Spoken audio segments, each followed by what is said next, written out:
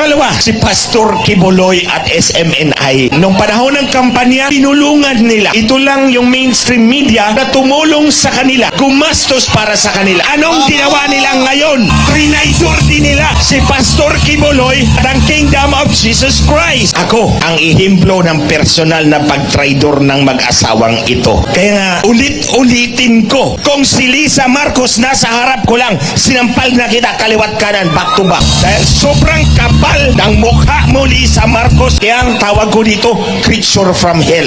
Walang konsensya tong babaeng to. Purely transactional. Ang isa sa kasama ko, si Hubert Guevara. Kasama ko yan sa grupo namin. Nagsilbi sa kanila ng 6 na taon. Alam nyo, pinakuha niya ng private jet sa Davao. Kasi si Hubert Guevara naglalaro ng football dun sa Davao. Para dalhin sa Malacanang at ipresenta kay Bongbong Marcos, ito yung Senior Deputy Executive Secretary mo.